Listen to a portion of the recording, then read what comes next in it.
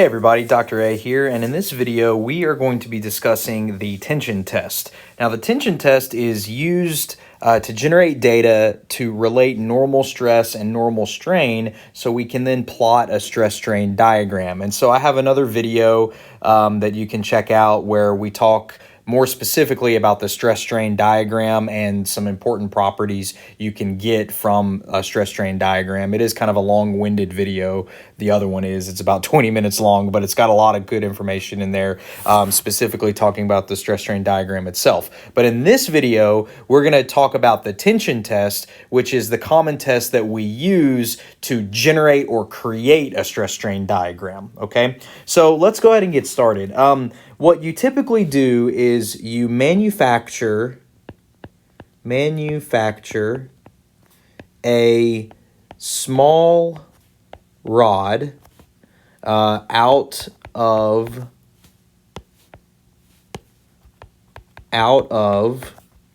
the material you want to investigate. Okay, so you create a little rod out of whatever the material is that you're interested in finding the properties of. Okay, now this rod is typically, it could be anywhere between 4 and 6 inches long, or typical specimen sizes, and the cross section areas could be an 1/8 of an inch, 1/4 of an inch, or 1/2 an inch. So these vary in size. It depends on the testing apparatus you are using, but generally, we'll make a little note here. These are generally 4 inches to 6 inches long, and vary in cross section area from 1/8 of an inch to 1/2 an inch diameter, typically. Okay, so again, it's some kind of rod. Now, usually these are threaded. Usually these are threaded rods, which means the ends have threads for you to screw in to the apparatus that you're going to be using to perform the tension test. So in general, you're going to have a specimen that may look something like this. If I lay it flat on the table, you'll have a specimen that looks something like this.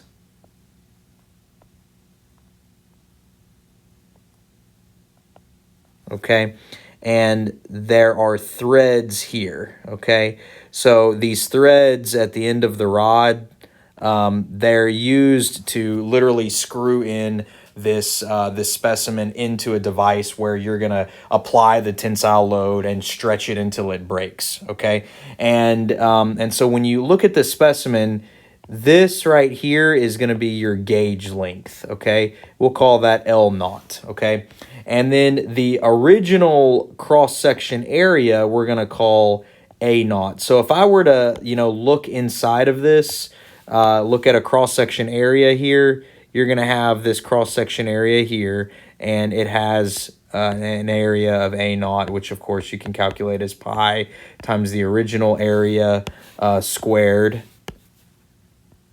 pi d squared over 4. Okay. So this is your specimen, a nice little figure of the specimen, okay? So at the start of the test, this is what your specimen looks like. L0 is your original length, and typically that L0 value is this length of the specimen not including the threads, okay? So you're not taking L0 out here. It's this interior length right here, okay? And then A0, again, is the original cross-section area, all right? So this is before the test even starts. There's your specimen. Now, what you typically do is you insert this specimen into some kind of machine. by screwing it in to both ends with these threads, okay? And then this machine will apply a tensile force and begin to stretch your specimen, okay? So let's make a little note here. Let's make a note of during the test, okay? So during the test, you have your specimen.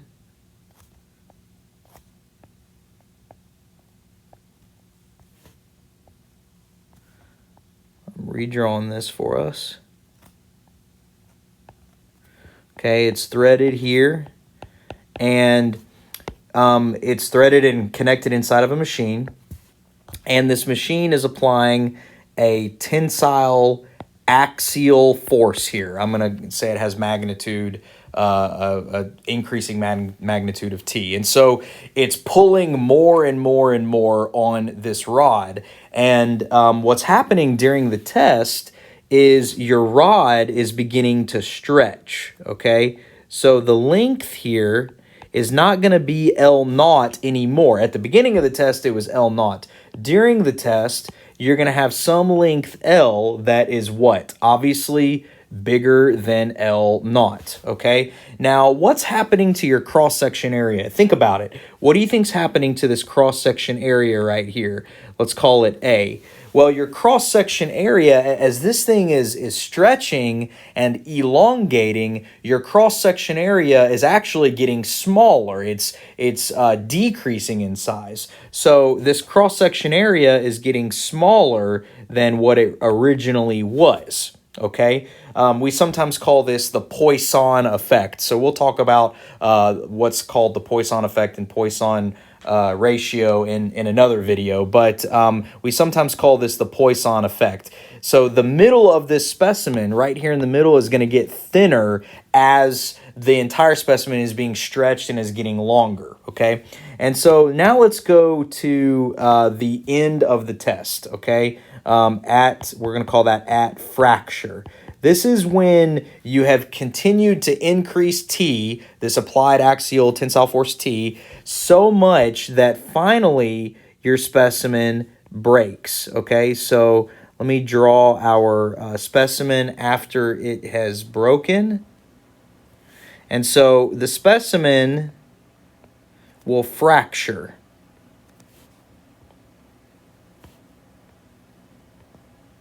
Oops.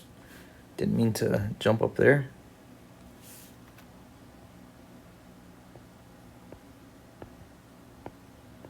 It will fracture, okay? And here's the threads. So literally this specimen is going to break, and you're going to have this fracture point right here, okay? Now, let's grab one of these ends, and I'm going to move it back right up against itself where it fractured, okay? So when this thing has fractured, we're going to have a final length, okay? If you put the two broken pieces right up against each other where it broke, you're going to have a final length LF, which of course is longer than L naught. And then at the fracture point, you're going to have an area final, an AF, that's a final area that's of course less than its original area. Okay, so again, this thing has broken, and we're just taking the two pieces and kind of putting them up against each other. Now, if you have a pretty good testing apparatus, what your testing machine will do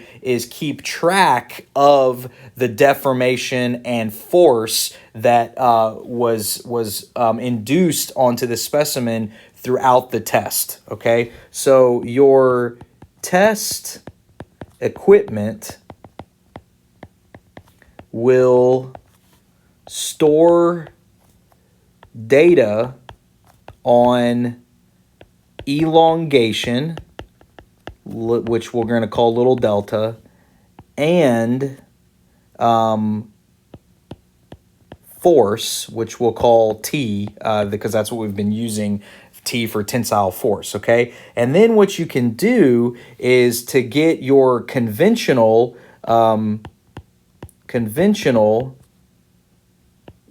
stress-strain diagram. What you do is you say your stress is equal to the force T over the original area, and strain is equal to that elongation over the original length, okay? Now remember, you have a table of data that your test equipment, which is probably hooked up to a computer, has been gathering for you. So what your data output will look something like this. You'll probably have a table here, okay? And you'll probably have like a time increment, which will be like in seconds, you know, and you may have 0 seconds, 0.1 seconds, 0.2 seconds, 0.3 seconds, so on. And then you'll have your force probably in pounds, and it'll be 0, and maybe it'll be I'm just making up kind of example numbers, but maybe 10 pounds, 20 pounds, 30 pounds, so on and so forth. And then you'll have a deformation, probably have units of inches or just length. And of course, at the start of the test, at the beginning of the test, the force is 0, the deformation is 0, and then your deformation will start reading as t is increasing, okay? And so I'm making up numbers here, but this could be 0.00002, this could be 0.00023, 0.00029. Maybe this is 2.0, so on and so forth, okay? Again, I'm just making up numbers now off the top of my head to give you an example. So what happens is as time is increasing, your force that's being applied is increasing, and your deformation is increasing. And so, again, once you take this data, and this is great to do in an Excel spreadsheet, but what you would do is you would calculate a stress column and a strain column, and of course you're saying T over original area, and you just continue all the way down, and then for strain you're saying deformation over original length, and you continue all the way down. And then what you do is you can plot these two columns, okay? And when you plot these two columns, guess what you're going to generate? You're going to generate your conventional stress strain diagram. So as you plot these data points, you're going to be plotting things, and again, Excel is great for this, and you just keep plotting, you connect all the dots together, and you'll generate a shape that looks like this.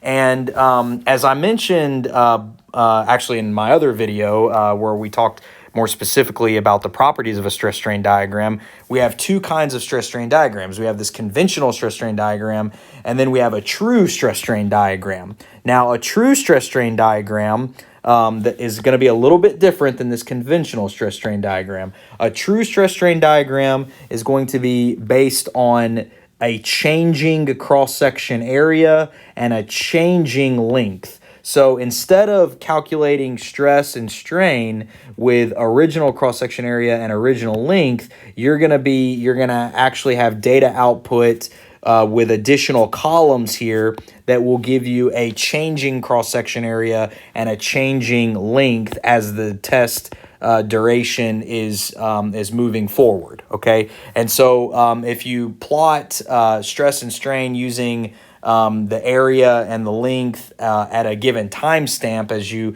kind of drag this data down and compute these values down, then you'll generate what's called the true stress strain diagram. Again, it'll generally have a similar shape as the conventional stress strain diagram, and you can obtain all the same properties from both of them, but the values may be a little bit different from one another. Shapes will be similar, but a little different.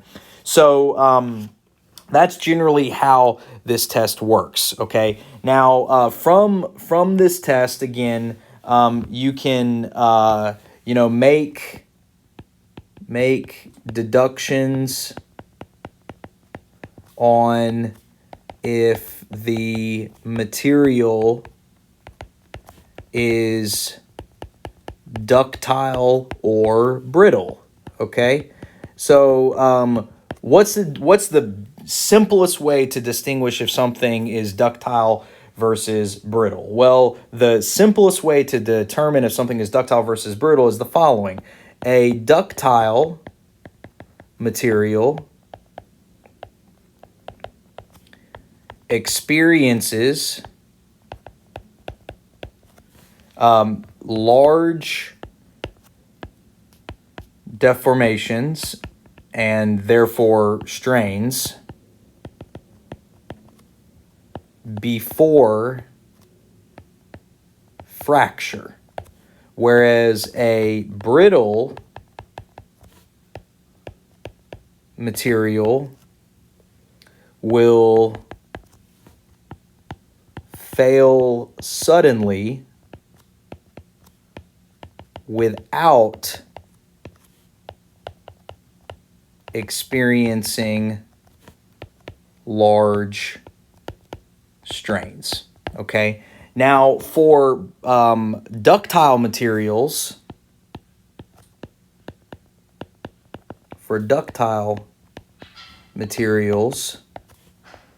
we can compute what's called a percent elongation, which we compute that as the final length minus the original length over the original length times 100%, or times 100. And we can also compute what's called a percent reduction in area, okay, which we calculate that as original area, cross-section area, minus the final area divided by the original cross-section area. I like to think sometimes of the percent reduction in area like the strain version of cross-section area, okay? So we can do that for ductile materials. So that pretty much sums up this kind of video where we describe how to generate a stress strain diagram from a tension test. Now, you can also generate stress strain diagrams from a compression test. It works very similar, except you have a specimen that you, guess what, you compress it instead of stretch it. But it works in a similar way, but just instead of pulling on a specimen, you're compressing and kind of like smushing a specimen. So, so that concludes this video. Please hit like and subscribe.